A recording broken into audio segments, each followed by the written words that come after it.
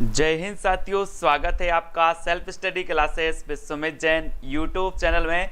दोस्तों, आज का वीडियो स्टार्ट हो चुका है और बड़ी ही खुशखबरी है कि जो यूपी टीजीटी है उसका एग्ज़ाम का जो नोटिफिकेशन है वो आ चुका है। उसके फॉर्म भरने की जो तारीख है वो आ चुकी है। ठीक है, तो बहुत बढ़िया दोस्तों, हमारा अध्ययन चल रहा था और इसी अध्ययन में आज थोड़ी सी व्यस्तता के कारण मैं आपको इस नोटिफिकेशन का दोस्तों पूरा एनालिसिस करके नहीं बता पाया, है ना। लेकिन अब अगर आप लोग बोलेंगे तो इसका पूरा एनालिसिस करेंगे, इसको पढ़ करके आप लोगों को बहुत अच्छे से समझा भी देंगे। ठीक है, तो सभी लोगों ने फिलहाल तो पढ़ लिया होगा, समझ लिया होगा कि इसमें कौन कौन फॉर्म भर सकते हैं टीजीटी के लिए। ठीक है, तो सभी लोग वीडियो को सभी लोगों को लाइक करना है ना। और दोस्तों, सभी लोग इसी प्रकार से जुड़ जाएं और अपना लक्ष्य है अब की बार टीजीटी पार, अब की बार टीजीटी पार। जितने भी हमारे साथी हैं दोस्तों, सभी लोगों को सबसे पहले तो वीडियो को लाइक कर देना है ना, और वीडियो को शेयर भी कर देना है ना। तो स्टार्ट करेंगे आज का ये वीडियो। सभी लोग तैयार हैं? सभी लोगों ने नोटिफिकेशन टीजीटी का पढ़ लिया होगा, है ना। पढ़ लिया है तो बिल्कुल सही है। और दोस्तों, स्टार्ट करेंगे आज का ये वीडियो। जो भी साथी ज्वाइन मेंबर बनना चाहते वो ज्वाइन मेंबर बन सकते हैं, है ना। और जल्द ही दोस्तों टीजीटी के लिए एक ऐप लॉन्च हो रहा है, एक ऐप लॉन्च किया जा रहा है आपके लिए। संपूर्ण कोर्स उसमें होगा जहां पर आपको ट्रिकी वीडियो भी होंगे, टेस्ट सीरीज भी होंगे। ठीक है, तो 4 या 5 दिन में आपका ये ऐप लॉन्च हो जाएगा और आपको पूरा कंप्लीट कोर्स भी दोस्तों वहां पर मिलेगा। ठीक है, बिल्कुल। तो वीडियो को सभी लोग लाइक कर देना है। ठीक है, और अब अपन पढ़ना है पूरा, एक एक चीज आप लोग बिल्कुल भी चिंता नहीं करना, सब कुछ पढ़ाया जाएगा, सारी चीजें आपको क्लियर करवाई जाएंगी। ठीक है, आज का अपना पहला प्रश्न है कि रामचंद्र शुक्ल प्रेमाख्यान परंपरा की पहली रचना किसे मानते हैं। यहां तक अपन ने पढ़ लिया था क्या? बता दो, फिर से बता दो 10 का उत्तर। और आप लोगों ने बिल्कुल सही आंसर बता दिया कि सर जी जो रामचंद्र शुक्ल जी हैं, इन्होंने जो मृगावती है, मृगावती, इसको प्रेमाख्यान परंपरा की प्रथम रचना माना था, है ना। और एक कुतुबन की रचना मानी जाती है, ये तो अपन ने पढ़ लिया। 1501 ईस्वी इसका रचना काल भी माना जाता है। ठीक है, रोमा जी बहुत बढ़िया। तो मृगावती को रामचंद्र शुक्ल जी प्रेमाख्यान परंपरा की पहली रचना मानते हैं, ये आपको याद रख लेना। ठीक है, ये याद रखेंगे सभी लोग। नेक्स्ट आपको बताना है दोस्तों कि कुतुबन के गुरु कौन थे, कुतुबन के गुरु कौन थे, ये आपको बताना है। प्रश्न क्रमांक 11 का, है ना, कुतुबन के गुरु बताना है। चूंकि यहां पर दोस्तों क्या नहीं है, विकल्प नहीं है। यहां पर दादू दिया था, शेख बुड़न, शेख सलीम या फिर सुंदरदास था। कुतुबन के गुरु बताना था हमें, है ना। कुतुबन के गुरु कौन है, अब आप लोग सभी लोग बताएंगे कौन है। प्रश्न क्रमांक 11 में कुतुबन के गुरु चयन करें सभी लोग। ऑप्शन यहां पर जो है वो ऑप्शन है नहीं है दोस्तों। और आपका ये 4 नंबर जो है, 4 नंबर का जो उत्तर होगा वो होगा शेख बुरहान। शेख बुरहान जो थे वो कुतुबन के गुरु थे, है ना। ये डी नंबर आपका बिल्कुल सही हो जाएगा, डी नंबर। हाँ, 1503 है, वेरी गुड। यहां पर 1501 दिया है, वो 1503 है मृगावती का, बिल्कुल सही।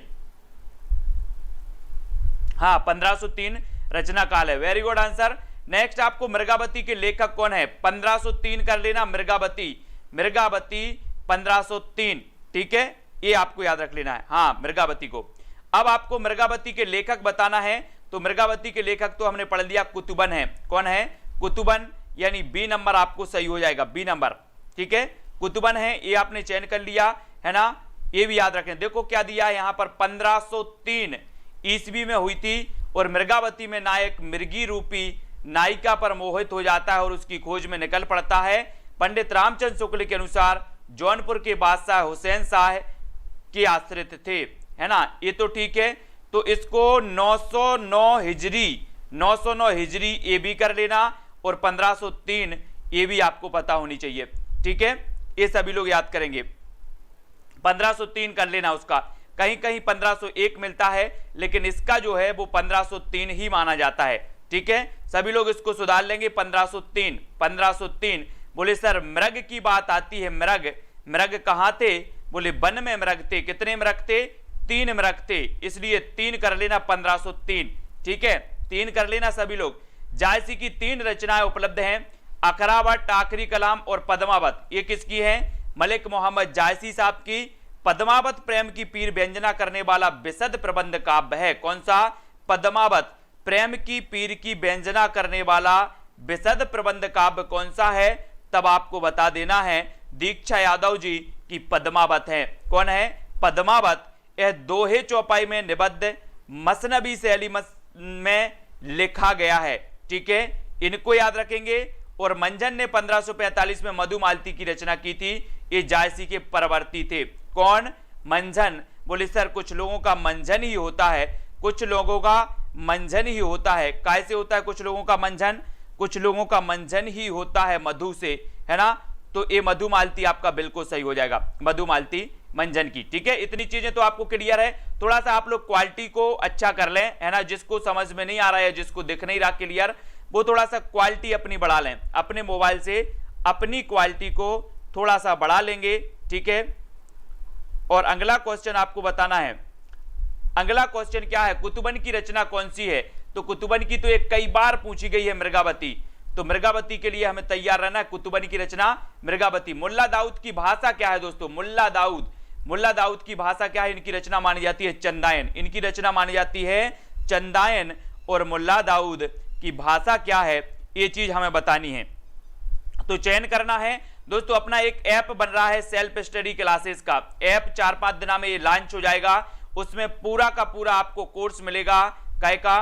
टीजीटी का, पीजीटी का। ठीक है, सभी का मिलेगा। तो आप लोग सेल्फ स्टडी क्लासेस में आपको बताऊंगा कि आपको कब डाउनलोड कर लेना है वो ऐप, है ना। तो मुल्ला दाऊद की भाषा क्या है? पश्चिमी परंपरा से संप्रत शैली, साहित्यिक अवधि, पहाड़ी मिश्रित अवधि या फिर ठेठ अवधि। तो चयन करें जल्दी से। आपको मुल्ला दाऊद की भाषा क्या मानी जाती है? क्या मानी जाती है? असरत्ती जी बिल्कुल सही आंसर आया आपका। क्या मानी जाती है? ठेठ अवधि। ठेठ अवधि यानी कि आपका उत्तर हो जाएगा विकल्प number D. Monika ji D number सही होगा इसका। ठीक है, डी नंबर ठेठ अवधि। ठीक है, वेरी गुड, डी आपका सही होगा। फिर आपको यहां पर देखना है दोस्तों, क्या देखना है कि मुल्ला दाऊद की भाषा क्या है? ठेठ अवधि है। मुल्ला दाऊद की भाषा क्या है? ठेठ अवधि है। फास्ट तो नहीं हो रहा है, कमेंट में बता दो, फिर अपन स्लो स्लो पढ़ेंगे। थोड़ा फास्ट तो नहीं हो रहा है, जल्दी बताओ। मुल्ला दाऊद की काव्य कृतियों में बैसवाड़ी अवधि का प्रभाव स्पष्ट है। इनकी रचना में ठेठ, पूर्वी अवधि एवं अपभ्रंश का प्रयोग अधिक है। मुल्ला दाऊद अवधि के प्रथम कवि हैं और मुल्ला दाऊद ने सन 1379 में चंदायन की रचना, सूफी काव्य जो रचना है, सूफी काव्य की रचना है, इसकी रचना की थी। चंदायन को मुल्ला दाऊद ने प्रेम कथात्मक काव्य माना है। अगर आपसे पूछा जाए कि चंदायन जिसकी रचना 1379 ईस्वी में हुई थी, इसको आपको बताना है कि मुल्ला दाऊद ने क्या माना है, तो प्रेम कथात्मक काव्य इन्होंने बनाया। और यह प्रेम गाथात्मक काव्य पूरी तरह से चंदायन की रचना योजना से भिन्न सूफी काव्य परंपरा का ग्रंथ बन जाता है। तो आपको कितना याद रख लेना है? क्या याद रख लेना है कि 1379। ठीक है, इसको याद रखेंगे। हाँ, स्लो करें थोड़ा सा, बिल्कुल सही है। इनमें से जायसी की कौन सी रचना नहीं है? अब नहीं है आपको बताना है कौन सी नहीं है। आखिरी कलाम, अखरावट, चित्रावली या फिर पद्मावत। जायसी की रचना कौन सी नहीं है, आपको चयन करना है। तब आपका उत्तर क्या हो जाएगा? उत्तर बताएंगे सभी लोग। जायसी, मलिक मोहम्मद जायसी साहब हैं, है ना। पद्मावत इनका अवधी भाषा में सूफी काव्य धारा का श्रेष्ठ महाकाव्य, प्रथम प्रमाणिक महाकाव्य, 57 इसमें खंड माने जाते हैं, 2 भागों में प्रकाशित है। ये भी आपको याद रख लेना है। कौन सा? पद्मावत। और जायसी की कौन सी रचना नहीं है? तो हमने पढ़ा कि सर आखिरी कलाम, पद्मावत और अखरावट ये तो हैं, लेकिन चित्रावली नहीं है। ये चित्रावली किसकी है? तो ये रचना मानी जाती है उस्मान की। किसकी है?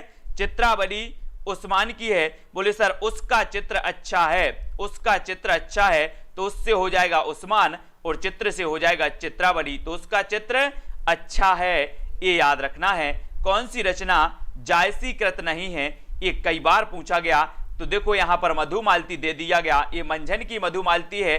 अखरावट जायसी की, पद्मावत जायसी की, आखिरी कलाम ये भी जायसी की रचना है। ठीक है, ये भी आपको याद रख लेना है ना। अर्चना जी, मधुमालती के रचनाकार कौन है? प्रश्न क्रमांक 18 में हमें चयन करना। मंझन है, कुतुबन है, मुल्ला दाऊद है या फिर जायसी। हाँ, 1613 उस्मान का चित्रावली की 1613 माना जाता है। प्रमोद कुमार जी बहुत बढ़िया, 1613। अपन बोलते ना कि तेरा चित्र अच्छा है, तेरा चित्र अच्छा है, तो तेरा इसका 1613 रचना काल हो जाएगा। उसका चित्र अच्छा है, कितना, किसका, उसका, ठीक है। तो उस्मान की रचना, तेरा चित्र अच्छा है, तो 1613 रचना काल इसका माना जाएगा, ठीक है। मधुमालती के रचनाकार कौन है? मधुमालती आपको बताना है कौन है इसके रचनाकार, प्रश्न क्रमांक 18 में। और 18 में जो उत्तर दिया है मंझन, बोले सर किसी किसी का मंझन तो मधु से होता है, मधु से होता है, तो मंझन, मंझन कैसे होता है? मधु से, तो ये मंझन की रचना हो जाएगी, है ना। और मधुमालती 1545 ईस्वी की रचना काल मंझन है। इसमें अवधी भाषा एवं दोहा चौपाई का प्रयोग हुआ और नायक नायिका के प्रथम दर्शन जन्य प्रेम के साथ साथ पूर्व जन्य प्रणय संस्कारों की महत्ता इसमें दिखाई देती है, ठीक है। तो सभी लोग लाइक जरूर ठोक देना दोस्तों। और सूफी काव्यधारा की रचनाएं मैंने बिल्कुल व्यवस्थित होके आपको एक एक रचनाएं बिल्कुल क्रमबद्ध बताई हैं। आप सर्च कर लेना जरा, सेल्फ स्टडी क्लासेस सूफी काव्यधारा, आपको पूरा वीडियो मिलेगा, विथ ट्रिक के मिलेगा और विथ सन और क्रमबद्ध मिलेगा, ठीक है। तो आप लोग सर्च कर लेना, जिसको नहीं मिली हो, पूरी चीज मैंने सूफी काव्यधारा की आपको बताई है। मधुमालती की रचना किसने की? ये तो कई बार पूछा गया क्वेश्चन है दोस्तों, मधुमालती, है ना। सूफी मत में वर्णित साधक की 4 अवस्थाओं शरीयत, तरीकत, मरीफत, हकीकत की भारतीय भक्ति मार्ग के साथ सही क्रम में संगति कीजिए। 20 का अंतर जल्दी से बताना है। हिंदी, संस्कृत तथा बीए में ओनली हिंदी है। आप विशाल साहू जी, मैं इसका अध्ययन करके और अभी एक वीडियो आपको प्रेषित करूंगा, वो आप देख लेना। मैंने खुद अध्ययन नहीं कर पाया आज व्यस्तता के कारण, आपके जो टीजीटी का जो नोटिफिकेशन है उसका अध्ययन भी नहीं किया है। चलिए तो आगे बढ़ेंगे, है ना। और नंबर चल रहा है व्हाट्सएप नंबर, तो आप कोई भी कहीं डाउट लगता है तो आप व्हाट्सएप पर मैसेज जरूर डाला करें। जब हमें लगता है कि जब हम फ्री होते हैं तो आपका मैसेज जरूर देखते हैं, आपका उत्तर जरूर देते हैं, ठीक है।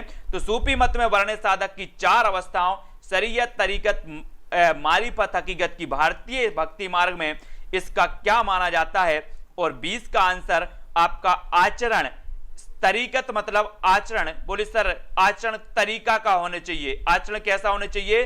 तरीका का। अपन बोलते ना कि जैसे अपने घर में कोई यार बच्चे अच्छे होते, तरीका से बैठो, बोलते तरीका से बैठो, तरीका से आचरण करो। तो तरीका से क्या होने चाहिए?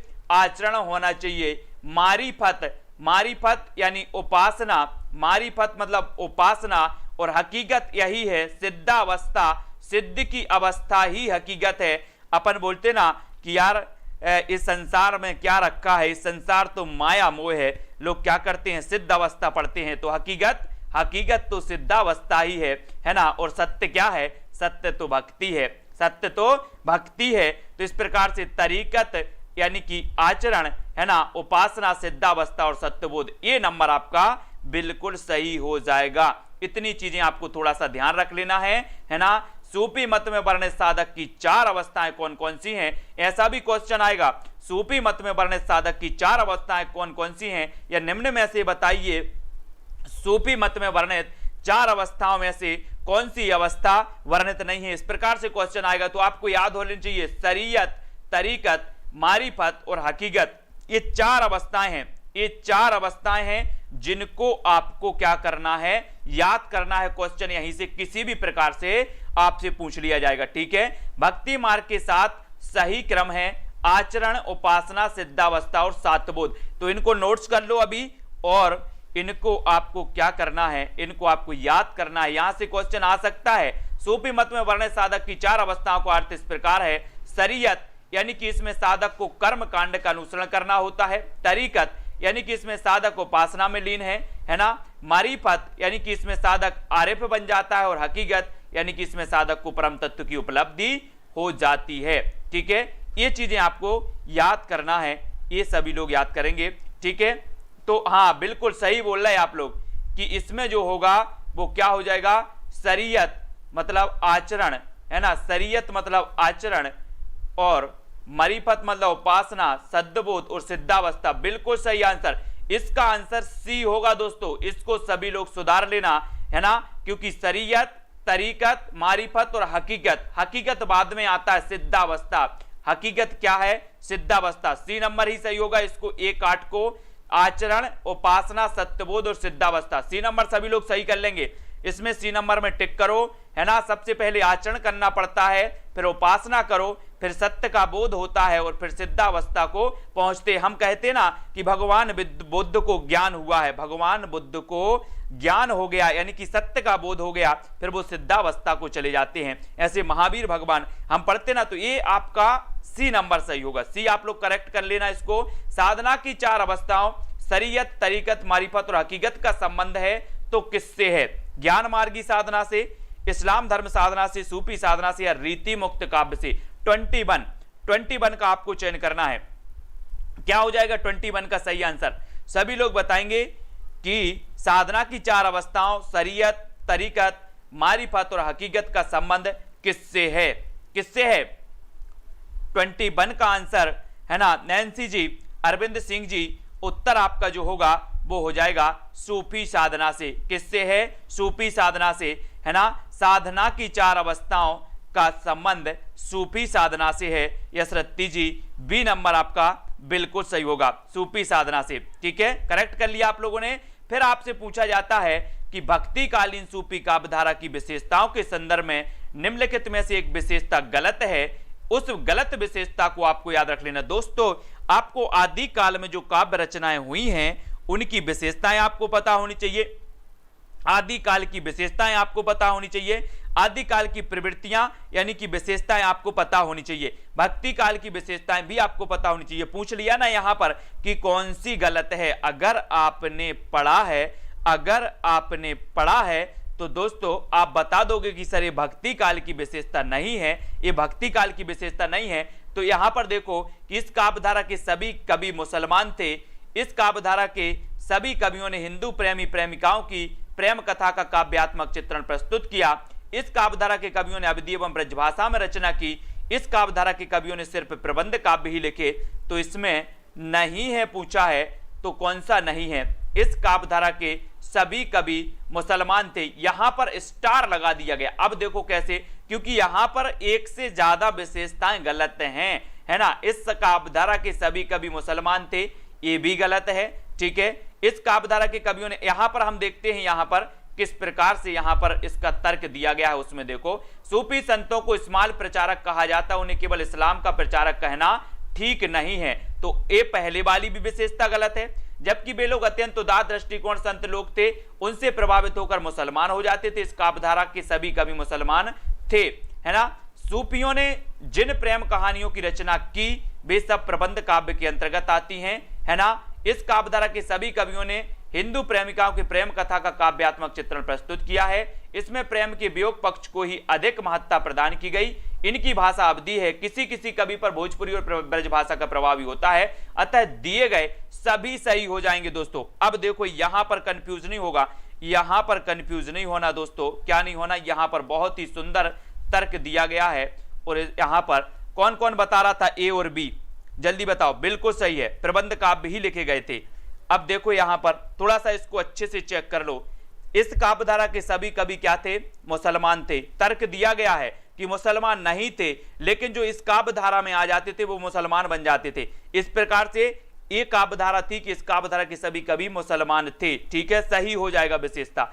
इस काव्यधारा के सभी कवियों ने हिंदी प्रेमिकाओं की प्रेम कथा का काव्यात्मक चित्रण प्रस्तुत किया, ये भी सही हो गया। इस काव्यधारा के कवियों ने अवधी ब्रज भाषा में रचनाएं की, ये भी सही हो गया। और इस काव्यधारा के कवियों ने सिर्फ प्रबंध काव्य लिखे, ये भी हो गया। तो आपको ये नहीं बोलना आपके चारों विकल्प सही है ना। इस काव्यधारा के सभी कवि मुसलमान थे, ये भी सही है, ये भी सही है ना। ए बी और ए बी ये सभी सही है। यहां पर तर्क भी प्रस्तुत किया गया। निकिता जी, यहां पर तर्क क्या दिया गया है कि हाँ, इस्लाम के प्रचारक कहा जाता, उन्हें केवल इस्लाम का प्रचारक कहना ठीक नहीं है। जबकि वे लोग अत्यंत उदार दृष्टिकोण के संत थे, लोग उनसे प्रभावित होकर मुसलमान हो जाते थे, लोग उनसे प्रभावित होकर मुसलमान हो जाते थे। इस काव्यधारा के सभी कवि क्या थे? मुसलमान थे। ठीक है, बिल्कुल सही। यहां पर आपका जो भी डाउट था वो क्लियर हो गया होगा, है ना। सूफी काव्यधारा के प्रमुख कवि थे कौन? जायसी, कुतुबन, मंझन, उस्मान, शेख नबी, कासिम शाह, नूर मोहम्मद। ये क्या थे दोस्तों? इसके प्रमुख कवि थे। अब आपसे पूछा जाएगा हाँ, वेरी गुड मोनिका जी।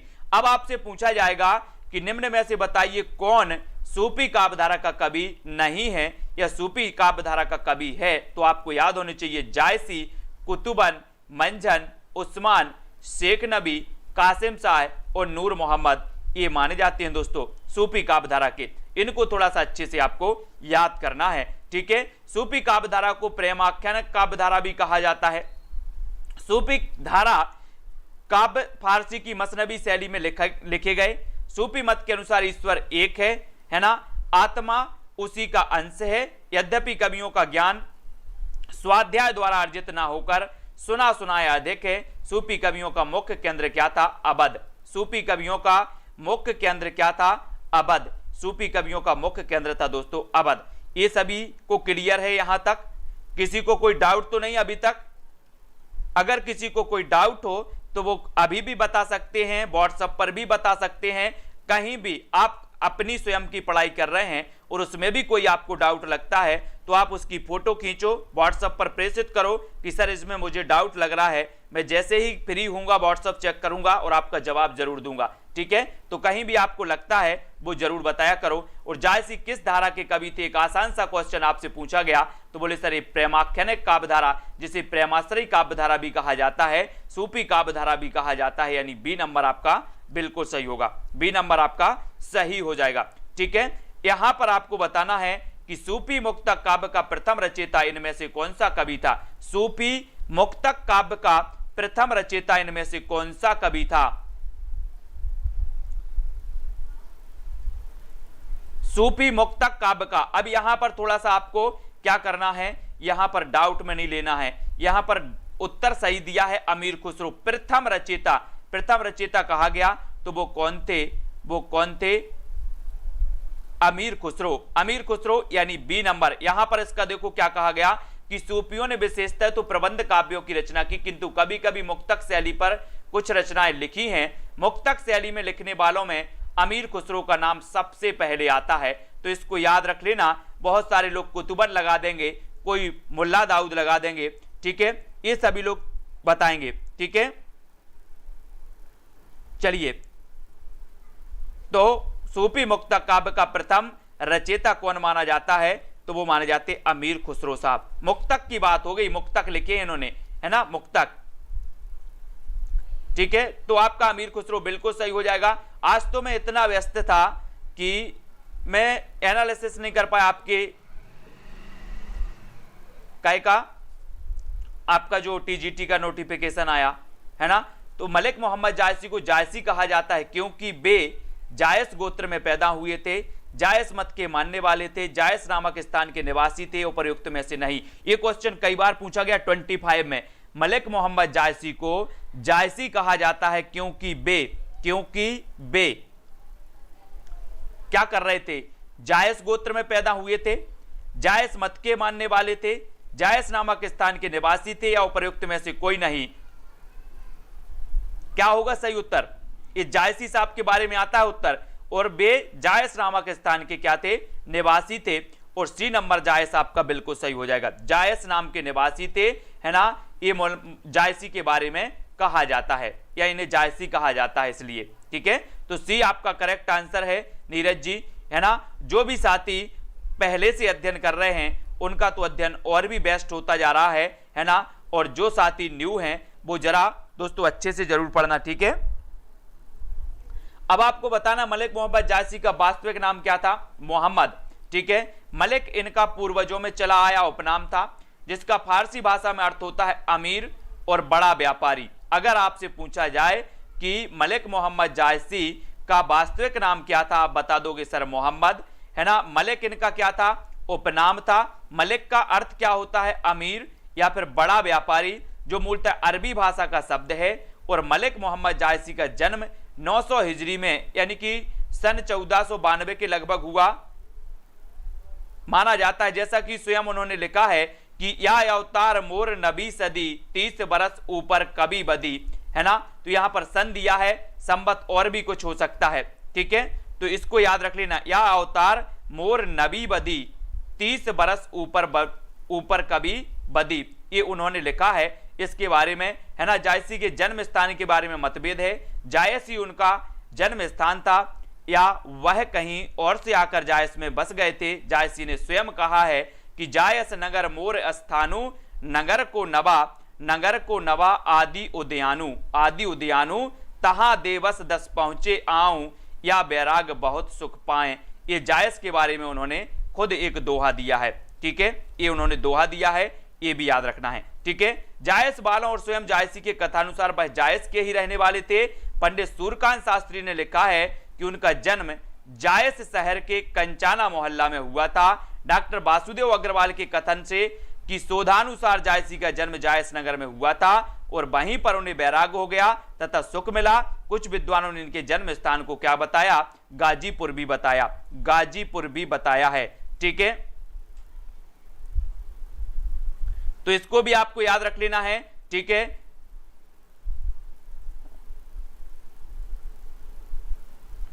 फिर यहां पर आपको बताना है कि मलिक मोहम्मद जायसी की प्रमुख रचनाएं कौन कौन सी है। देखो, अखरावट, पद्मावत, आखिरी कलाम, चित्ररेखा, कहरनामा और मसला, है ना, ये हैं। पद्मावत जायसी का प्रबंध काव्य जो शब्द, अर्थ और अलंकृत की 3 दृष्टियों से अनूठा है। जायसी का सर्वोत्कृष्ट ग्रंथ माना जाता है। आखिरी कलाम में कयामत का वर्णन है ना। इसमें कंफ्यूज नहीं होना सन वाले में, है ना। सन वाले में जो जायसी जी का सन दिया है दोस्तों, इनमें क्या होता है, अलग अलग बुक में अलग अलग सन दिए रहते हैं। क्या दिए रहते हैं, इस बुक में कुछ और मिलेगा, उस बुक में और कुछ मिलेगा, है ना। मुझे एक चीज बताई थी किसने, डॉक्टर विवेक शंकर जी ने। जब उनसे बात हुई तो उन्होंने कहा था कि सर सन की अगर बात करूं तो एक लेखिका थी, वो जीवित थी और उनके सन के बारे में, उनके जन्म के बारे में 2 जगह अलग अलग नाम मतलब सन पढ़ा था। तब मैंने उनको खुद फोन लगा कर पूछा कि आपका जन्म कब हुआ, तो उन्होंने बताया था कि मुझे खुद पता नहीं है, मुझे कुछ पता नहीं है, जहां जो लगे डालो, है ना, जहां अच्छा लगे, जो सुटेबल लगता है वो डाल दो, इस प्रकार से। तो अब एक बात बताओ कि जो व्यक्ति जिंदा था वो सही क्लियर नहीं कर पाया, और जिन व्यक्तियों के बारे में तो शोध किया गया, ढूंढा, इधर उधर खोजा गया, तो निश्चित ही विभिन्न पुस्तकों में अलग अलग प्रकार से इनका वर्णन मिलता है ना। और हम जब आपको कभी परिचय बताएंगे तो विभिन्न पुस्तकों का एक निचोड़ आपको बता देंगे, ठीक है। तो इसमें कंफ्यूज नहीं होना है, ठीक है। पद्मावत की विधा है तो कौन सी है, पद्मावत की विधा क्या मानी जाती है, 26 प्रबंध काव्य, खंड काव्य, मुक्तक काव्य या फिर महाकाव्य, कौन सी मानी जाती है, चयन करना है आपको। पद्मावत की विधा कौन सी मानी जाती है, चयन करें सभी लोग। और उत्तर आपका होगा प्रबंध काव्य। क्या हो जाएगा, प्रबंध काव्य। पद्मावत क्या है, प्रबंध काव्य है, महाकाव्य है, ठीक है। और ये प्रथम प्रमाणिक महाकाव्य भी माना जाता है, ठीक है, प्रथम प्रमाणिक महाकाव्य भी माना जाता है। कौन सा, पद्मावत। कहरनामा किसकी रचना है, कहरनामा किसकी रचना है, ये भी आपको बताना। मुल्ला दाऊद की, है ना, सूरजदास, कुतुबन या फिर जायसी, कहरनामा किसकी रचना मानी जाती है। 27 को आपको बताना है ना। उसका उत्तर क्या है, मैं आप लोगों से बोलता हूं कि आप लोग क्या करें, प्रमाणिक रचनाएं खरीदें, प्रमाणिक पुस्तकें खरीदें।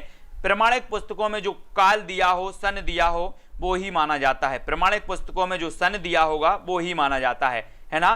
तो प्रमाणिक पुस्तकें खरीदो, लोकल पुस्तकें मत खरीदो। लोकल में तो कुछ भी दिया रहता है ना। तो कहरनामा किसकी रचना है, तो एक कहरनामा भी किसकी मानी जाती है, जायसी की। जायसी यानी कि आपका उत्तर होगा डी नंबर, ठीक है, ये भी आपको बतानी है।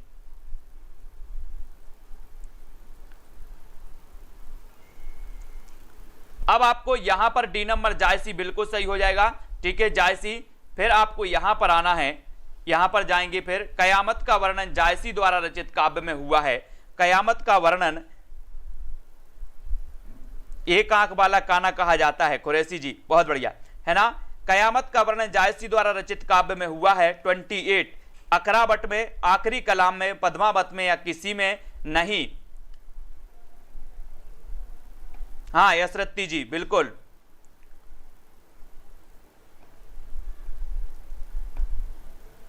ट्वेंटी 28 का आपको बताना है, 28 का सभी लोग चयन करेंगे। मैंने बहुत सारी बुकें पढ़ी हैं दोस्तों, चाहे सरस्वती पांडे साहब की हो, चाहे ओमकार नाथ वर्मा की उपकार की हो, है ना, चाहे आपकी विवेक शंकर जी की, इसका भी अध्ययन चल रहा है। तो अलग अलग पुस्तकों में बहुत सारी चीजें मिलती हैं, है ना, बहुत सारा करेक्शन है। और आखिरी कलाम में मिलता है कयामत का वर्णन, कयामत का वर्णन आखिरी कलाम में। बी नंबर आपका सही होगा, ठीक है। अब आपको बताना मलिक मोहम्मद जायसी के प्रसिद्ध प्रबंध काव्य का नाम क्या है। ये घटना चक्र है दोस्तों, ओल्ड पेपर है। ओल्ड पेपर मतलब जो आपकी उसमें माना जाता है, काय में आपकी आंसर शीट में माना जाता है, वो उत्तर यहां पर दिया जाता है ना। जो आंसर शीट में माना जाता है ओल्ड पेपर से संबंधित हैं। जो प्रश्न टीजीटी, पीजीटी, डीएसएसबी, केबीएस में आए हुए प्रश्न हैं, उन प्रश्नों को आज हम पढ़ रहे हैं यहां पर। मलिक मोहम्मद जायसी के प्रसिद्ध प्रबंध काव्य का नाम क्या है, प्रबंध काव्य का। और प्रबंध काव्य का नाम तो आपको पता है कि ये पद्मावत है। ये पद्मावत भी कई बार पूछा गया है। अखरावट काव्य कृति ये भी जायसी की है। जायसी के सर्वोत्कृष्ट ग्रंथ का नाम भी क्या है, पद्मावत है। बिल्कुल सही है। अब पद्मावत एक क्या है, एक त्रासदी है, एक मुक्तक काव्य है, गेय काव्य है, या फिर आत्म वक्तव्य है, ये बताना है आपको। सुशील जी, सूरज जी, सविता जी, कल्पना जी, 33 का आंसर बताएं। पद्मावत एक क्या है, मुक्तक काव्य, एक त्रासदी, एक गेय काव्य, या फिर आत्म वक्तव्य, ये पूछा गया तो पद्मावत बोला गया कि एक त्रासदी है। क्या है, त्रासदी, ठीक है। इसके बारे में तर्क देखो क्या दिया है। तर्क देखते हैं यहां पर कि मलिक मोहम्मद जायसी द्वारा पद्मावत की रचना 1540 ईस्वी में की गई। पद्मावत अवधी भाषा में लिखा गया। चूंकि पद्मावत एक प्रेमाख्यान प्रबंध काव्य है जिसमें चित्तौड़ के राजा रत्नसेन तथा सिंहल की राजकुमारी पद्मावती के विवाह विवेहेतर जीवन चित्रण मार्मिक रूप से हुआ है, इसलिए इसे एक त्रासदी माना जाता है। इसलिए इसे क्या माना जाता है, एक त्रासदी। तो त्रासदी लगा देना सब लोग, नहीं तो और कुछ लगा दो, मुक्तक या कुछ भी। त्रासदी नोट्स कर लो। पद्मावत को कौन सा माना जाता है, एक त्रासदी। पद्मावत क्या माना जाता है, एक त्रासदी। पद्मावत को एक रूपक काव्य भी माना जाता है। इसे खंडों में विभक्त किया गया। इसे नायक नायिकाओं प्रतीकों के रूप में इस प्रकार है। यहां पर देखो, यहां पर इसके नायक नायिका भी दिए हैं, यानी कि पात्र दिए हैं, तो इसे त्रासदी माना जाता है। ये तो क्लियर है। यहां पर देखो, इसकी पद्मावती ये बुद्धि या परमात्मा का प्रतीक है। ये क्वेश्चन यहां से बनते हैं, पद्मावत में पद्मावती किसका प्रतीक है, बुद्धि का, परमात्मा का प्रतीक है। चित्तौड़ शरीर का प्रतीक है। रत्नसेन मन का प्रतीक है, ठीक है। सिंघल द्वीप हृदय का प्रतीक है, ये भी याद रख लेना है, ठीक है। राघव चेतन शैतान का प्रतीक है। अलाउद्दीन माया का प्रतीक है। नागमती संसार का प्रतीक, और हीरा मनतोता गुरु का प्रतीक है। ये प्रतीक आप लोग याद करेंगे, इनको रटना है, ठीक है, इनको याद करना है। आपसे सीधा सा पूछा जाएगा कि पद्मावती में रत्नसेन किसका प्रतीक माना जाता है, किसका प्रतीक माना जाता है रत्नसेन, मन का प्रतीक। किसका माना जाता है, मन का। इसको नोट्स करना है, ये पूछे जाएंगे आपसे, इनको याद करना है। दोस्तों वो चीज आपको समझनी है, क्या पढ़ना है और क्या नहीं पढ़ना है, इतनी चीज आपको समझ में आनी चाहिए, नहीं तो पता चला कि आप कुछ भी पढ़ रहे हैं, है ना। इसलिए थोड़ा सा विवेक से समझ के, सब कुछ समझ के पढ़ना है बहुत अच्छे से। पद्मावत के रचयिता तो आपको पता ही है, ठीक है, जायसी साहब। और पद्मावत किस भाषा में लिखा गया, तो पद्मावत से विभिन्न प्रकार के क्वेश्चन पूछे जाते हैं, विभिन्न प्रकार के क्वेश्चन पद्मावत से पूछे जाते हैं। इसलिए पद्मावत का अध्ययन आपको बहुत अच्छे से करना है ना। पद्मावत का एक अलग से पेज बना लेना, अगर आप नोट्स बनाओ तो पद्मावत में आप लिखोगे इसका रचना काल क्या है, इसके लेखक कौन माने जाते हैं, ठीक है, और इसके दोस्तों कौन कौन क्या है, कितने खंड हैं, कितने भागों में ये प्रकाशित है, ठीक है, किस प्रकार से। तो पद्मावत के बारे में बहुत अच्छे से पढ़ना है, बहुत क्वेश्चन पूछे जाते हैं इसमें, ठीक है। पद्मावत किस भाषा में लिखा गया, तो ये अवधी भाषा में लिखा गया। ये नंबर आपका सही हो जाएगा, ठीक है, ए नंबर। पद्मावत किस भाषा में लिखा गया, ये भी कई बार पूछा गया। यहां पर पूछ लिया गया टीजीटी 2011 में, यहां नवोदय विद्यालय में पूछ लिया गया, मतलब बहुत इंपॉर्टेंट है। पद्मावत के अनुच्छेदों का नाम क्या है, अनुच्छेदों का नाम क्या है, ये बहुत ही बढ़िया और इंटरेस्टेड प्रश्न है, आईएमपी प्रश्न है ना, जो कम लोगों पे बनेगा ये क्वेश्चन, है ना। तो आपको बताना है पद्मावत के अनुच्छेदों का नाम क्या है, सर्ग, कांड, खंड या फिर अंक। क्या है साथियों 37 में, सभी लोग बताएंगे और बोले सर इसे छंद की बात करें तो पद्मावत के अनुच्छेदों का जो नाम है वो नाम है खंड, है ना। और कितने खंड हैं इसमें? 57 खंड हैं और 2 भागों में ये प्रकाशित है, ये भी याद रख लेना। खंड कितने हैं? 57, ये भी याद रखेंगे, ठीक है। पद्मावत के बारे में, पद्मावत को अच्छे से पढ़ना है, एग्जाम कोई भी हो पद्मावत से पूछा ही जाता है, ठीक है। पद्मसेन में रत्नसेन किसका प्रतीक है? देखो आ गया ना क्वेश्चन, नवोदय विद्यालय प्रवक्ता परीक्षा 2014 में पूछा गया कि पद्मावत में रत्नसेन किसका प्रतीक है? किसका प्रतीक है दोस्तों? रत्नसेन। रत्नसेन बताना है, रत्नसेन बताना है यहां पर 38 का आंसर सभी लोग बताएंगे, ठीक है। तो ये रत्नसेन याद रखेंगे, मन का प्रतीक है। रत्नसेन काय का प्रतीक है? मन का। मन का यानी ए नंबर 38 में ए नंबर आप लगा देना, बिल्कुल सही है राजेश मौर्य जी, है ना। पद्मावत में जो रत्नसेन है वो काय का प्रतीक है? रत्न। हमारा मन कैसा है, कैसे याद रखोगे? हमारा मन तो बोले सर रत्न है, रत्न, है ना। हमारा मन तो रत्न है, अब जिस पर आ जाए, ठीक है। तो याद रख लेना ये हमारा मन क्या है? रत्न है। तो रत्नसेन किसका प्रतीक होगा? मन का होगा। किस किस का मन रत्न है? जल्दी से कमेंट में लिख दो, सभी लोग बताएंगे कि सर मेरा मन रत्न है। कभी टीजीटी एग्जाम पर टिक जाता है, पल में दिल्ली पहुंच जाता है, पल में यूपी, पल में एमपी पहुंच जाता है, पल में सर की क्लास में भी लग जाता है। हमारा मन तो रत्न है, रत्न। तो रत्नसेन मन का प्रतीक है। पद्मावती में पद्मनी प्रतीक है, किसका प्रतीक है? पद्मिनी बता दो, साधक का, परम सत्ता का, शैतान या प्रकृति का, यानी कि 39 का बताना। ये पूरे प्रतीक भी याद करवा दूंगा आपको ट्रिक से, कभी नहीं भूल पाओगे, है ना।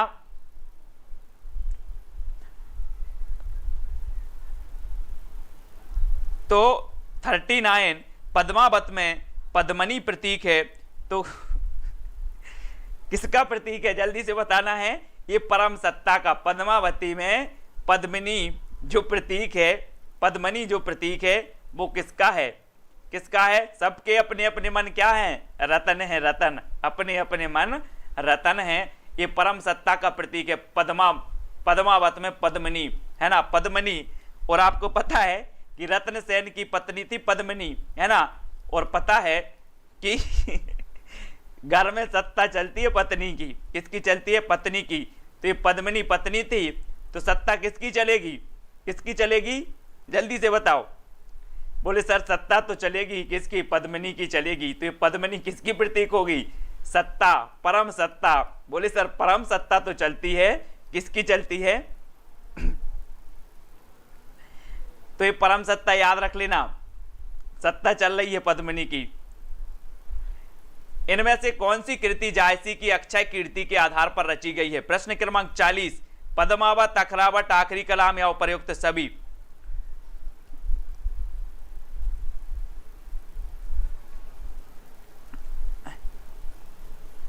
उनको खंडों में विभाजित किया जाता, मतलब सर्ग या खंड।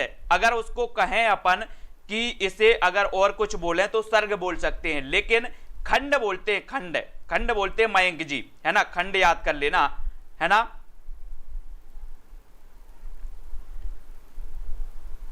तो कृति जायसी की अक्षय कीर्ति के आधार पर रची गई, तो कौन सी रची गई?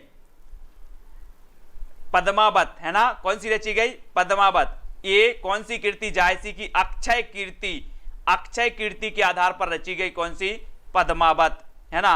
इसका क्षय नहीं होता पद्मावत का, पढ़ते हैं लोग बहुत अच्छे से क्षय, तो पद्मावत आपका सही होगा, ठीक है। फिर यहां पर देखें जायसी ने 3 पुस्तकें लिखी, पद्मावत, अखरावत, आखिरी कलाम। अखरावत में वर्णमाला के एक एक अक्षर को लेकर सिद्धांत संबंधी तत्वों से भरी चौपाइयां कही गई हैं। मोस्ट इंपॉर्टेंट, नोट्स करो जल्दी। वर्णमाला के एक एक अक्षर को लेकर के अखरावत में, अखरावत मतलब अक्षर बोलते हैं ना अपन, अक्षरावत, अक्षरा या अखरा, ठीक है। इस पुस्तक में ईश्वर, सृष्टि, जीव, ईश्वर, प्रेम आदि विषयों पर विचार प्रकट किए गए। आखिरी कलाम में कयामत का वर्णन है। यह क्वेश्चन कई बार आया है, किसमें कयामत का वर्णन है, ठीक है। यह भी आपको याद रख लेना है। कयामत का अक्षय कीर्ति का आधार है कौन? पद्मावत। हंसते रहो सोनू सिंह जी, है ना। अक्षय कीर्ति का आधार क्या है? पद्मावत, जिसके पढ़ने से प्रकट हो जाता है कि जायसी का हृदय कैसा कोमल और प्रेम की पीर से भरा हुआ था। जब आप मस्ती से पढ़ोगे तो जितना पढ़ाऊंगा उससे ज्यादा भी याद हो जाएगा। ठीक है, याद करना है। यहां से 3 क्वेश्चन आपके बनेंगे। अकरावट में वर्णमाला से संबंधित है ना, और आखिरी कलाम में कयामत का वर्णन है। ठीक है, और पद्मावत जिसके पढ़ने से प्रकट हो जाता है कि जायसी का हृदय कैसा कोमल और प्रेम की पीर से भरा हुआ था, इसको पढ़ना है। ठीक है, पद्मावत को समासोक्ति किसने कहा? समासोक्ति बताना है, समासोक्ति किसने कहा है?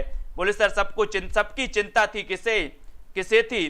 पद्मावत ए है, बिहारी जी ए हैं, आदिकाल में ये पुस्तक ये है वो है, सब कुछ किसने कहा है सबसे ज्यादा? पद्मावत को भी समासोक्ति कहा है। तो किसने कहा है? किसने कहा दोस्तों? रामचंद्र शुक्ल जी ने, रामचंद्र शुक्ल जी ने, यानी बी नंबर आपका बिल्कुल सही हो जाएगा। रामचंद्र शुक्ल जी पद्मावत को समासोक्ति कहा है शुक्ल जी ने, बी आपका बिल्कुल राइट होगा, बी नंबर। ठीक है, आचार्य रामचंद्र शुक्ल के अनुसार पद्मावत का प्रेम लौकिक तथा कथा समासोक्ति है। यह भी कहना ठीक है कि पद्मावत का पूर्व राग असंगत, कारण ना वह रूप दर्शन जन्म है और ना ही साहचर्य जन्म है ना। तो इनको याद रख लेंगे, समासोक्ति कहा है आचार्य शुक्ल ने, इसको याद कर लेना। बी नंबर आपका बिल्कुल सही हो जाएगा, बी नंबर जिसका भी है सही होगा। ठीक है, अब दोस्तों एक चीज बताना, जितने भी साथी देख रहे हैं, अब जब आप पढ़ाई करोगे तो हंस के पढ़ाई करना है, ये नहीं सोचना हिंदी कठिन है। हिंदी बिल्कुल भी कठिन नहीं, हिंदी साहित्य जिसको कठिन लगे बता देना आपको कैसे पढ़ना है, हंस हंस के पढ़ना, हिंदी साहित्य रट जाएगा, याद हो जाएगा, और मनहूस होके पढ़ोगे तो कभी नहीं रटेगा, है ना। सीरियस होके नहीं पढ़ना है, बिल्कुल हंस हंस के पढ़ना है हिंदी साहित्य को। ठीक है, इतनी चीजें आपको ध्यान रखना। बढ़िया है, साहित्य जैसा मजा कुछ में नहीं है साइयों। आप सौभाग्यशाली हैं कि आप साहित्य पढ़ रहे हैं। छार उठाए लीन एक मुट्ठी, दीन उड़ाई पृथ्वी झूठी, यह पंक्ति किस ग्रंथ से ली गई है? 42 का उत्तर, 42 का उत्तर आपको चयन करना है। छार उठाए लीन एक मुट्ठी, दीन उड़ाई पृथ्वी झूठी, इसका उत्तर क्या? ये पंक्ति कहां से ली गई है? कहां से ली गई? उत्तर हो जाएगा आपका पद्मावत से। कहां से ली गई? पद्मावत, यानी ए नंबर आपका सही होगा। छार उठाए लीन एक मुट्ठी, दीन उड़ाई पृथ्वी झूठी। ठीक है, तो एक नंबर आपका बिल्कुल सही है। ठीक है, उपर्युक्त पंक्ति मलिक मोहम्मद जायसी कृत पद्मावत से ली गई है। अलाउद्दीन की सेना कुंभल नेर के दुर्ग पर आक्रमण करती है तो अलाउद्दीन को केवल निराशा ही हाथ लगती है। वह कह उठता है कि यह संसार कैसा है, झूठा है। यह संसार कैसा है, झूठा है। सांतरस की प्रवृत्ति, सांतरस हो गया ना, यहां पर सांतरस आ गया। वैराग्य की भावना जागृत हो गई कि संसार झूठा है, सब माया मोह माया है ना। तो आप लोगों के अंदर आती है कभी कभी सोचते हो कि नहीं? सोच लिया करो, ये संसार तो सब मोह माया है। किस कवि ने सिर्फ अवधी भाषा में ही रचना की है? अवधी, सिर्फ अवधी कहा गया तो किसने की है? ऐसा क्वेश्चन भी आता है।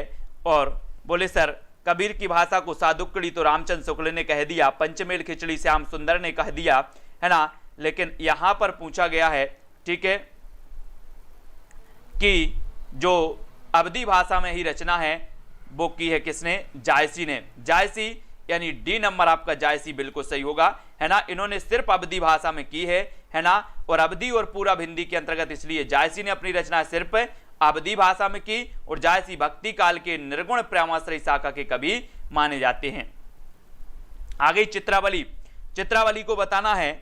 चित्रावली, तेरा चित्र अच्छा है ना, तेरा चित्र अच्छा है। कंपटीशन चल रहा था, है ना, क्या लड़कों और लड़कियों का कंपटीशन चल रहा था। बोले सर तेरा चित्र अच्छा है, तेरा चित्र अच्छा है तो 1613, है ना। और बोले उसका चित्र अच्छा है, उसका चित्र अच्छा है तो क्या हो जाएगा? उसका है तो उस्मान, तेरा है तो 1613। ठीक है, और ये उस्मान की रचना चित्रावली। ठीक है, इसको याद रखेंगे, 1613 और उस्मान की ये रचना मानी जाएगी, ए नंबर। ठीक है, इनको याद रखेंगे। और इसमें चित्रावली में चौपाई की 7 अर्धालियों, चौपाई के 2 चरणों को अर्धाली कहते हैं, के पश्चात एक एक दोहे का प्रयोग किया गया। शेख नबी की रचना ज्ञानदीप है। शेख नबी की रचना क्या है? ज्ञानदीप। बोले सर शेख नबी की रचना कौन सी है? ये शेख नबी हैं। यहाँ आया नबी, और नबी क्या प्राप्त करना है हमें? आप लोग टीजीटी के एग्जाम की तैयारी कर रहे हैं, बोले सर हमें नबी नबी ज्ञान प्राप्त करवाओ। क्या प्राप्त करवाओ? नबी नबी क्या ज्ञान। तो इस शेख नबी की पुस्तक कौन सी हो जाएगी, है ना, इस शेख नबी की हो जाएगी ज्ञान दीप, ज्ञान का दीप। ये याद रखना। हिंदू मग पर पाँव न राख्यू, काजो बहुते हिंदी भाक्यू, यह उक्ति किस रचना और रचनाकार से संबंधित है। पंक्ति भी पूछी जाती है दोस्तों। हिंदू मग पर पाँव न राखू, काजो बहुते हिंदी भाको, यह जो मानी जाती है वो किसकी मानी जाती है? नूर मोहम्मद की, कासिम शाह की, उस्मान की, या फिर कहां से ली गई है? रचनाकार से संबंधित है। किस रचनाकार से संबंधित है ये चीज हमें बतानी है। तो ये है दोस्तों आपकी किससे संबंधित है? 45 का बिल्कुल सही आंसर नूर मोहम्मद अनुराग बांसुरी। नूर मोहम्मद अनुराग बांसुरी, है ना। बोले सर नूर, मैं नूर से अनुराग करता हूं, मैं नूर से अनुराग करता हूं। आपने इतिहास में नूर जहां का नाम पढ़ा होगा। मैं नूर से क्या करता हूं? अनुराग। तो यहां पर आया नूर मोहम्मद और यहां पर अनुराग बांसुरी। तो आपसे पूछा जाएगा अनुराग बांसुरी किसकी रचना है, तो आप बता देना कि मैं अनुराग करता हूं नूर से, मैं अनुराग करता हूं नूर से। तो नूर मोहम्मद की रचना अनुराग बांसुरी, ठीक है, इसको याद रख लेना। इंद्रावती भी इन्हीं की है, इनको याद करना है, इनको रट लेना है, ठीक है। तो दोस्तों सभी लोग वीडियो को लाइक जरूर कर देना है, ठीक है। यहां पर देखते हैं थोड़ा सा और है, फिर उसके बाद आ जाएगा नूर मोहम्मद दिल्ली के बादशाह मोहम्मद शाह के समकालीन थे। अगर आपसे पूछा जाए कि नूर मोहम्मद किसके समकालीन थे? मोहम्मद शाह के समकालीन थे और सबरहद नामक स्थान के रहने वाले थे, जो जौनपुर आजमगढ़ की सरहद पर है। इन्होंने 1157 हिजरी संबत 1801 में इंद्रावती नामक एक सुंदर आख्यान काव्य लिखा, जिसमें कालिंजर की राजकुमार और आगमपुर की राजकुमारी इंद्रावती की प्रेम कहानी है, ठीक है। इंद्रावती की रचना करने वाले शायद नूर मोहम्मद को उस समय पर यह उपालंब सुनने को मिलता था कि मुसलमान होकर हिंदी भाषा की रचना क्यों की है।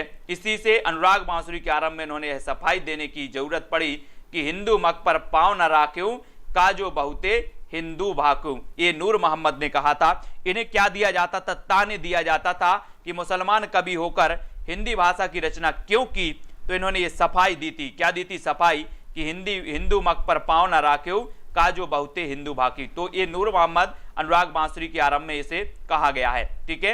ये भी याद रखेंगे। नूर मोहम्मद फारसी के अच्छे आलिम थे। फारसी में इन्होंने एक दीवान के अतिरिक्त सैजतुल हकायक इत्यादि बहुत सी पुस्तकें लिखी। अनुराग बांसुरी की रचना 1178 हिजरी अर्थात 1821 ईस्वी है, ईस्वी 1800, ठीक है। तो इसको याद रखेंगे। हिंदी भाषा में रचना करने वाले सूफी काव्य धारा की जितनी भी रचनाएं हैं, आप वो वाला वीडियो देख लेना मेरा, सूफी काव्य धारा, वो आपको पूरी करेक्ट वाली सन उसमें मिलेंगे, आपको बिल्कुल करेक्ट। मैंने बहुत सारी पुस्तकों से करेक्ट करके बताया था, है ना। तो सूफी काव्य धारा की वो देख लेना, क्रमबद्ध है और सही है, व्यवस्थित, ठीक है। हिंदी भाषा में रचना करने पर किस सूफी कवि को मुसलमानों का उपालंब सुनने को मिला? तो किसको मिला? हिंदी भाषा में रचना करने पर किस सूफी कवि को मुसलमानों का उपालंब सुनने को मिला था? तो वो अपन ने पढ़ा था, क्या पढ़ा था? नूर मोहम्मद को। किसको पढ़ा था? नूर मोहम्मद, यानी डी नंबर, ठीक है। डी नंबर यहां पर आपका सही हो जाएगा। सूफी काव्य परंपरा का एक ग्रंथ है इंद्रावती, इसके रचनाकार कौन है? 47 का आंसर और 40 का बताना है।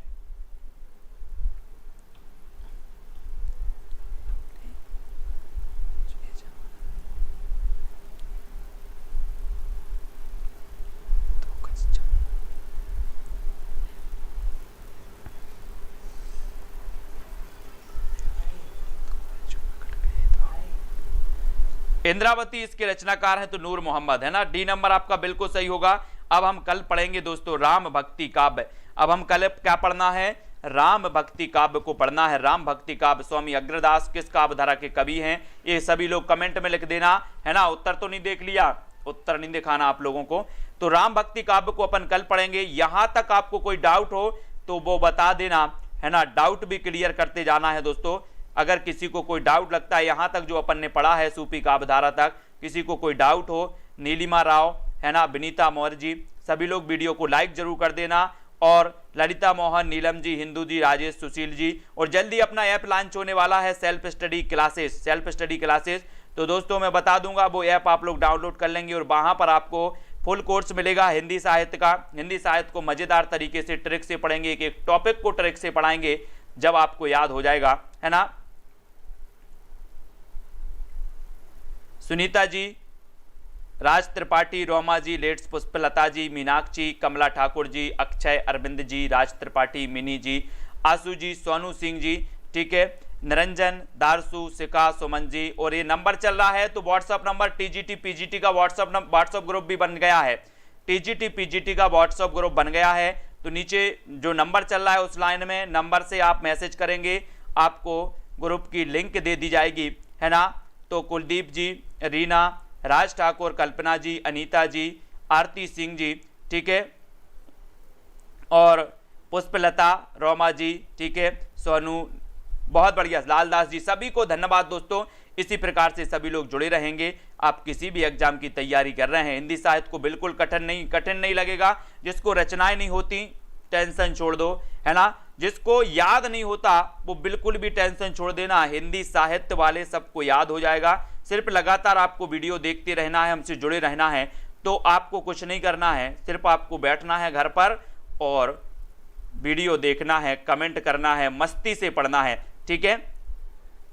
सारी चीजें याद हो जाएंगी, सारी चीजें अपन याद करेंगे। सभी लोग साथियों वीडियो को लाइक कर देना और शेयर भी आपको कर देना है, ठीक है। रितु क्वीन जी, यस रत्ती साहब जी, रोमा, जस कौर, अखिलेश जी मौर्य, ठीक है, और संजीता ठाकुर जी, जैस कौर, रीना जी, कुरैशी जी, सभी को धन्यवाद दोस्तों। सभी लोगों को वीडियो को लाइक और अपने मित्रों तक शेयर करना है। अपनी ये क्लास यथावत चलेगी, अपनी 9 बजे वाली क्लास तो यथावत चलेगी, हमेशा चलेगी, ठीक है, ठीक है। व्हाट्सएप पर कर देना यार, बहुत सारे क्या है क्लास चलती है, इस समय भी कॉल आ जाते हैं, क्लास के समय भी बहुत सारे कॉल आ जाते हैं। तो व्हाट्सएप पर मैसेज कर दिया करो, थोड़ा सा अगर एक बार ना देख पाऊँ तो दोबारा कर दिया करो, क्योंकि बहुत सारे मैसेज भी आ जाते हैं। अब आप लोग तो समझते हैं, है ना। तो आप लोग बिल्कुल भी बुरा मत माना करें कि सर नहीं देख पाते। एक बार अगर नहीं देखा तो आप लोग दोबारा मैसेज जरूर किया करें, ठीक है। मैं जरूर आप लोगों के मैसेज देखने का, पूरा मैसेज देखने को दोस्तों मैं करता हूं कि आप तक सीधे जुड़ें, है ना, सीधे जुड़ें, ठीक है।